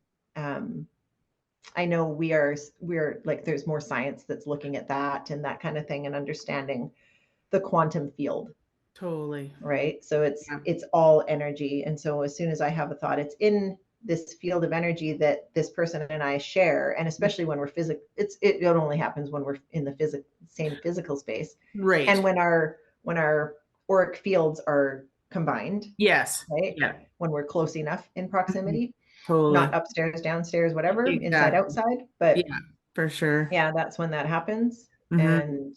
and it happens daily. Right. Yeah. Yeah. And Yeah. so I've heard Bashar refer to it as telepathy, Okay. because it works with the empathic Mhm. sensibility, Yes. right? Yeah. And I feel So that's like, pretty interesting. yeah. Yeah. I feel like on a sort of the awakened empath note as well. And I'm sorry I didn't get the guy's name, but I just watched a video before, a quick TikTok clip before we started this. And the man said that we literally are the world. We literally are going into that separation where the people are like we are divided, like Like a bifurcation. you know what I mean, the vibration. So the whole 5D going into higher and higher, those people will be going into that transition, and the other people will stay low, like stay in living their reality of whatever they're living, and Mm-hmm. the other people are going to keep ascending. I feel like the empaths are the ascenders. We're going to keep ascending. Um, and sort of like it's really kind of biblical. The Bible talks about uh, like people will be left behind or whatever. I feel like that was just a metaphor or whatever. I feel like this whole shift that's happened and continues to happen, the division or whatever, is people are going to start believing so strongly in who they are and what they're here for as their purpose, and no one's going to dissuade that anymore. Mm-hmm. Whereas the No longer denying the yeah, self. Yeah. 100%, Yeah. 100%. Yeah. And we're Yeah. just going to keep evolving that way and getting more stronger and stronger in our self-sovereignty, you know. Mm-hmm. Yeah. Yeah. um Yeah. and we have to, because it's about self-love. Mm-hmm. It's about loving yourself and saying, well, this really, like, and saying your sensitivities and not hiding your sensitivities anymore. This is the bottom barrel line. Do you know what I mean? Yeah. Yeah. Mm-hmm. Yeah. Yeah. And I would also add to that being willing to um, look at our own diversity, Mm-hmm. because it's not a straight line. Being empathic, being intuitive, being sensitive, it's not the cookie cutter. There's not No. one way. There's going to be underlying things. If we are holding trauma, Right. if we are holding wounds, if we're holding pain that are unresolved, Mm-hmm. that are under the carpet, Yes. it's going to affect our sensibility, Totally. right? Yeah, for So, sure. and then I think that's where maybe that the idea of, because somebody had said to me a long time ago that there's a fine line between projection and intuition. And I was like, huh, that's interesting. Mm-hmm. I mean, take that for whatever you want, but like I want to look at that in myself, Right. so being willing to always, like, instead of always saying this is what I feel out there. Right. Why am I feeling that? Like I want to Exactly. look at that in myself. And is this a projection? Is this intuition? How can I discern this? What? And then what? Then Right. what do I do with it? Right? Totally. Yeah. Do I say anything? Do I not say anything? Like I personally don't, I don't enter a conversation with somebody without their consent anymore. That's a lie. That's not true. It's like, that's my intention, even though sometimes it will come. A short while ago, actually, I was having a conversation with a neighbor, and we were talking, I can't remember what we were talking about, but it was like the whole energetic field changed because of the topic we were talking about, and something was just at the end of my tongue where I was, and I was going to refer to something that we've been experiencing in the world lately. Right. Oh, like that. And I was going to make a joke out of it. Yeah. Joke, not joke, like, ha, ha, not funny. Right. I think it had to do with, anyways, technologies working and not working. And I was going to make a joke about medical technologies. And then, but I was being held back from saying it. And so I'm observing, like I went into observer mode. I didn't make myself. I was just like in this bubble where I was just observing this experience happen. And I was being shown his energetic field was redirecting me from saying it. Right. And I was like, oh, that's interesting. But my ego, I tried 3 times and he just kept talking. Yeah. And I was just like, I was like, I want to say it. So I said it, and it just, anyways. And I was like, and that, okay.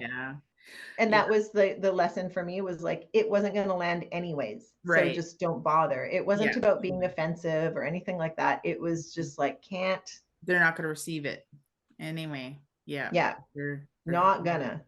Yeah. And it, just went straight over. But that was such a fascinating and very new experience for me. Yeah. Where I hadn't had that experience, where I could feel within the field, I could feel that consciousness, because it was very conscious. It wasn't the mind that I was speaking to. It was the consciousness of the field. Right. Saying, like, coming in and saying, hey, we see you. Yeah, totally. Don't. It's just, they're just not going to get it.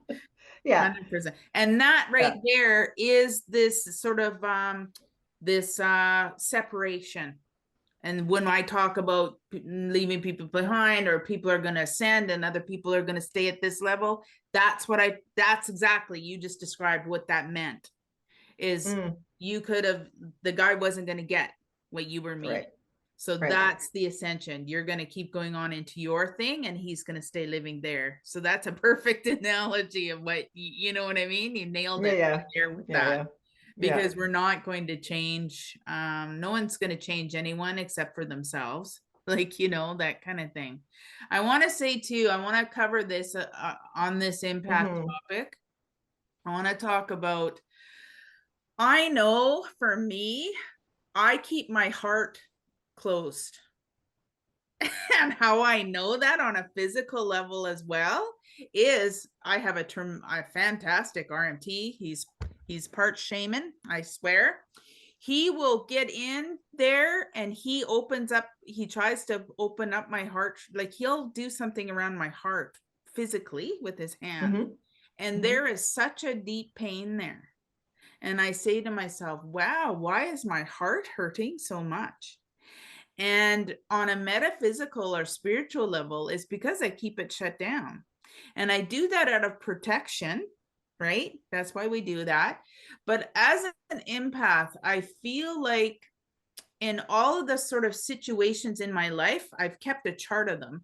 Kind of like the review chart when we cross over, we go through a review of our life, of all the situations we've had with people, and we actually feel what those people felt like, what we did to them, so to speak.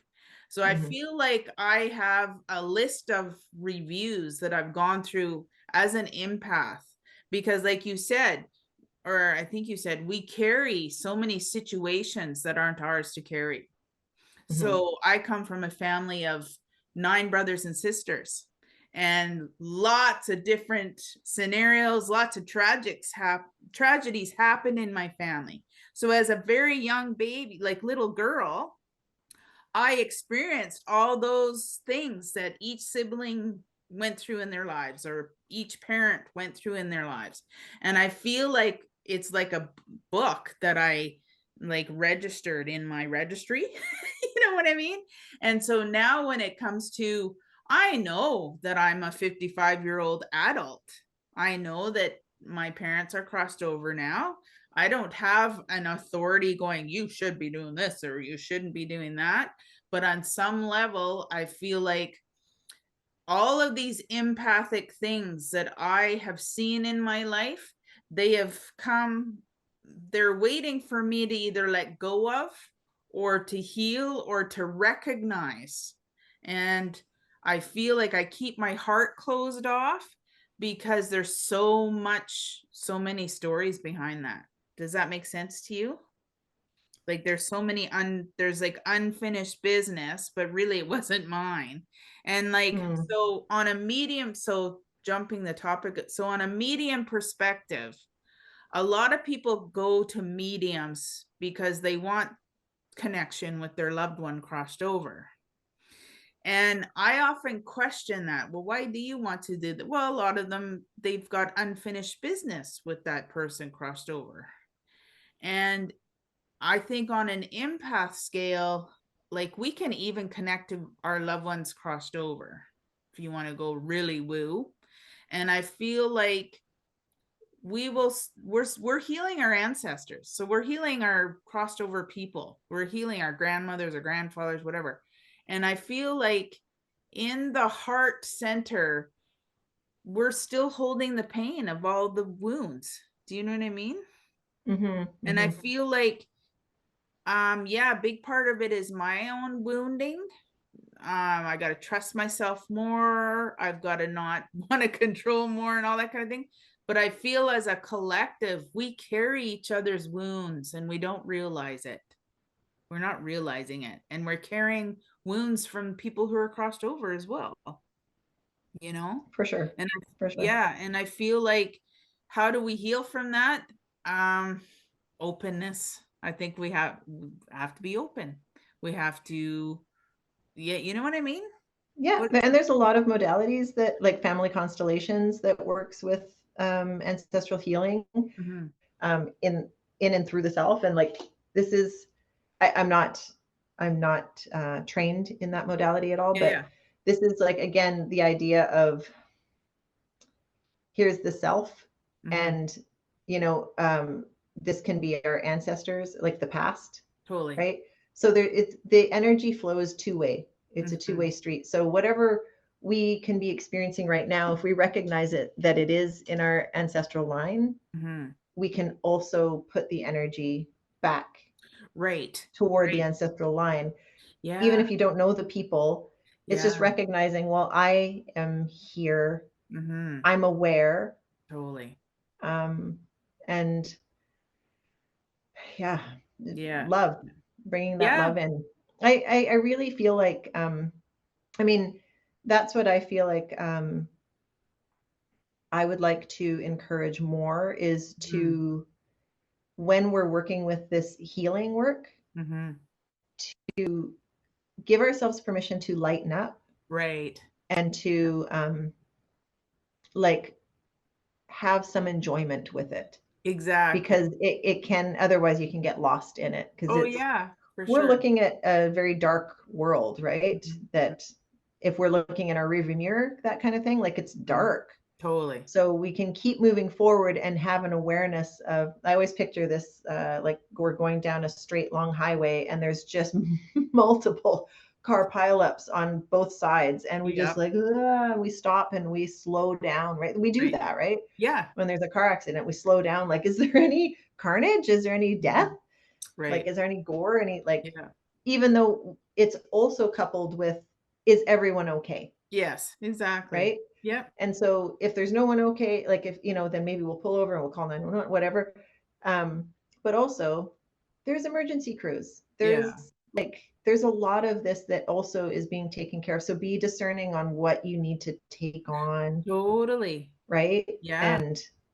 And how we take it on. Yeah. Like, don't pack it in your backpack Exactly. and now it's yours. Mm-hmm. Mm-hmm. And I often wonder too, as an empath, is that where our non-weight issue comes from, or where our weight, like literal, like Like physical literally, weight. yeah, literal weight comes from? You know what I mean?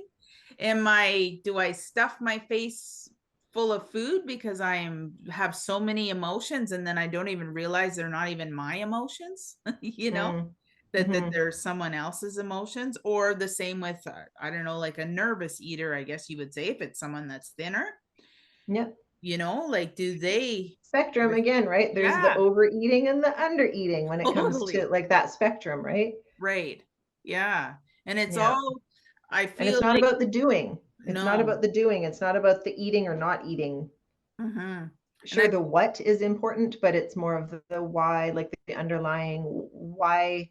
Who am I? Who do I think I totally. am? Who do I believe myself to be? What's going into this choice right now? Mm-hmm. Mm-hmm. And I feel Addicting. like, um, how do you say, like there's so many, like, you know, not to get all into the social media thing, but I feel like social media, I don't know, for me as an empath, I used to use social media as a venting tool to vent out all my frustrations. I was quite public with my stuff back then. And then I've taken a turn where I'm more sort of like, I don't do that as much anymore.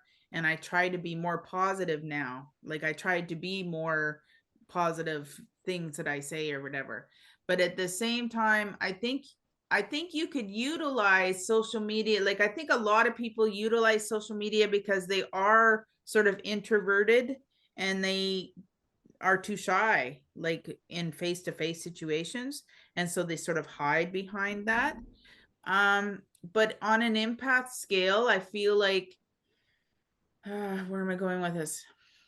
I feel like you can still, when you watch people's faces on video, you can still tell who they are, or you can still feel their emotions from them. Do you know what I mean? Mm-hmm. And I Mm-hmm. feel like, uh, we just need to come together, and we need to be more in that community of each other. And we just have been so separated for such a long time. And it was even before the pandemic, we've been separated as Mm-hmm. humanity. Do you know what I mean?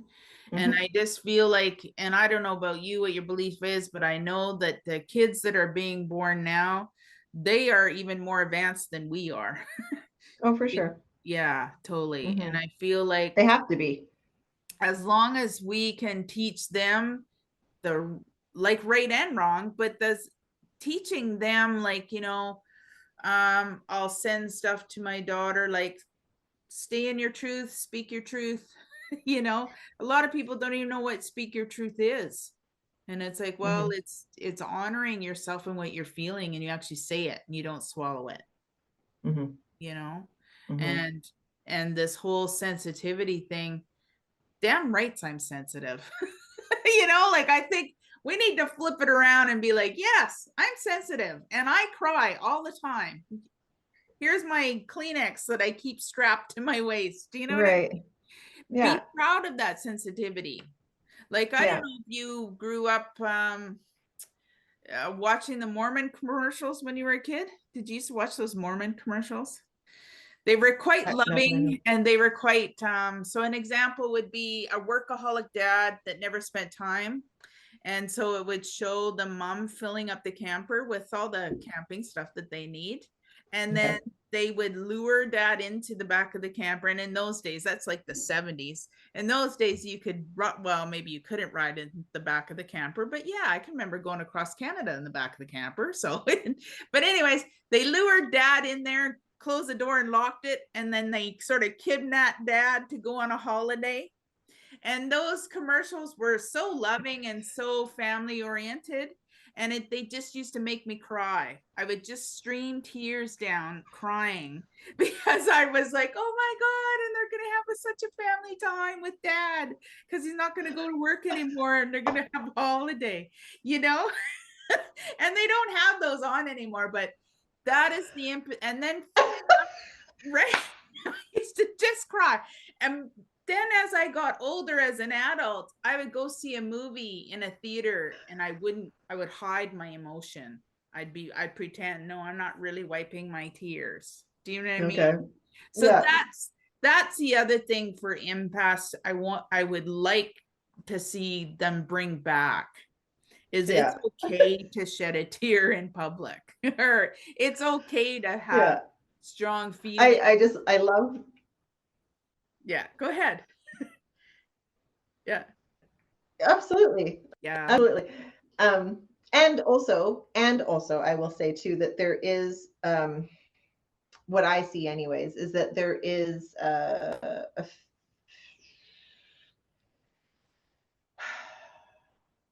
point in evolution where we, again, true balance, right? Like just finding that balance so that we don't need to have like extremes, because the extremes are not always like the healthy expression of emotion. So learning to manage, not suppress, but manage. And sorry, I was laughing before because I love the image of like that it was, I love that it touched you in such a beautiful way, even though what the depiction was dad was being forced to spend time with his family. Yeah. Well, yeah, totally. And you're like, I love it. No, so and I totally took it the way of the sort of dads get locked in the car. 100%. We are going with the kids. That's totally my childhood for sure. Right? And I used to say that to my mom, we need to lock Dad in the camper, because we'd want to go camping or something, but there was always something else that was important, you know? And then you realize later on, well, no, it was more important for us to have that family time or whatever, you know? Right. That was 70s. And so, and we've evolved a lot since then. Yeah, 100%. And so I feel like the empaths really are the healers of the world, and we're the ones that are going to heal the world. So it is. Yeah. Because we have the bravery to show our emotions, and we have the bravery to gather and bring people together and give them awareness of, hey, no, this is actually what this is the truth of what this is. I feel like empaths and truth are huge. How do you feel about that? Empaths and truth tellers? Is that what you said? Yeah, empath and truth. How do you feel about that? Is that what you said? There was a glitch. Yeah. I feel like empaths and truth. Oh, absolutely. Yeah. 100%. Absolutely. I mean, because we're seeing that now. Right. We're seeing the change in our world that is making. So people who are telling the truth, people who are using light in a means of exposing the dark. Yeah. Whistle blowing, all of that. It's making an enormous change. It has to. We have to go through this experience. So if we didn't have that, and if we didn't use our voice to speak truth, nothing would change. Totally. Yeah. Because we've been living in that way that we've been afraid, because conformity was so strong within us that it wasn't okay to stand out and to be different, and or to see different, even though it was truth, and even though it was beneficial for humanity. But you know, when we were in that level of depth of darkness, that we denied our own light to the point that we developed or bought into a belief that it's outside of us. Right. Yeah. Right. And then we have to look up to it. Yeah. Outside of ourselves in the sky, and you know, and hope and pray, please. Exactly. Totally. Might I be a good person? Might I be blessed? Might I be, please? If I'm good. Santa Claus with the naughty and nice, like what the hell, you know, like all that stuff. Like 100%. it's insane. It's insane. Mm-hmm. But yeah, absolutely, I believe that. And I believe, and because that is awakening in everyone, Right. it's the, I'll say force, but I mean power, the power that is assisting in this process. This process is happening. We are in a new cycle of energy. There's light. There's more and more and more light. The sun is going off the charts. You know, all of the electromagnetic grid of the earth, like everything is upgrading, we'll say, to be in this light cycle. Right. So this all has to happen. I do not hold the belief that I am making it happen. I believe, or that we are, or whatever. Yeah. But that we are working in unison with it. Right. And that's the difference, is learning how to work with this new energy. Yeah. And trusting that, again, because this is just how I see it and this is how I'm shown it, trust in the simplicity of it, because we always say this, but we're supposed to enjoy this. Like, this is a gift. Right. Right. Yeah. But we chose the experiences we've been having. There's nothing wrong. I'm not saying there's anything bad or anything like that, but now it's our time. We've said we've gotten we've got a passing grade totally with our consciousness, and so then, okay, yeah, let's shift into this new energy cycle. And not all souls are going to go with that, because for their path of evolution, they are going to stay in the darker, denser energies to continue their experience and to, whatever, because we're eternal. It doesn't matter. Yeah. It doesn't matter. Yeah. It's not bad. No, it's not bad. It's just those of us who are vibrating at a frequency that are more in alignment with positivity and truth and love and light and all of that, then that's the world that is going to manifest within our perception. Exactly. Hologram. 100%. Right? Yeah. For sure. It's not a physical black and white thing, because this concept can be very confusing for some people, because we think, well, wait a second, then where are all those people going to go? Right. They don't go anywhere. Yeah. You move into a higher vibrational field. Yeah. It's just, and there's probably going to be a version of them that is higher vibration. Right. I feel like it's just the simple act of perception. How you view life through your own perception, and how someone else will view their life through their perception. You know what I mean? And I feel like that sort of the ones that don't want to transition, they hold on to the wounds of the past. They live in the past, I feel like. And I feel like the ones that are wanting to move forward, they're realizing that yesterday was yesterday, and we have the present time and then future. And it's all in perception. You know what I mean? Like, yeah. So I feel like the mindfulness is key for, like, I feel like, honestly, like, it's all what we're coming into now, I feel like it's a big celebration for empaths. Because if you've been alive for X amount of years until now, you have certainly lived through a lot of the darkness, or a lot, you know what I mean? And so now with the huge transitioning that we're going into, I feel like it's like a breath of fresh air for empaths, and it's time to celebrate, as an empath. Sure. Totally. Yeah. Life is getting easier. Yeah. Yeah, we're getting more comfortable with who we are. Totally. Yeah. And it's just that we're the bringers of awareness, and we need to accept that in ourselves, or like, you know what I mean? It's like it's an acceptance of, well, this is what I do and this is how I am, and it's not sort of justifying who you are anymore. We don't have to justify, right? Yeah. I mean, yeah, and we're gonna close this chat up pretty quick here, but I do want to say, I don't totally land on that idea. I don't hold a belief that we are bringing anything. Right. because to me that implies some level of like there's a control going on. And Oh, okay. Yeah, yeah. I see what just to you're me, saying. Yeah, yeah. so to me it's we are a part of it. We Right. are a part of this thing, and we just happen to be, not happen to be, we are Mm-hmm.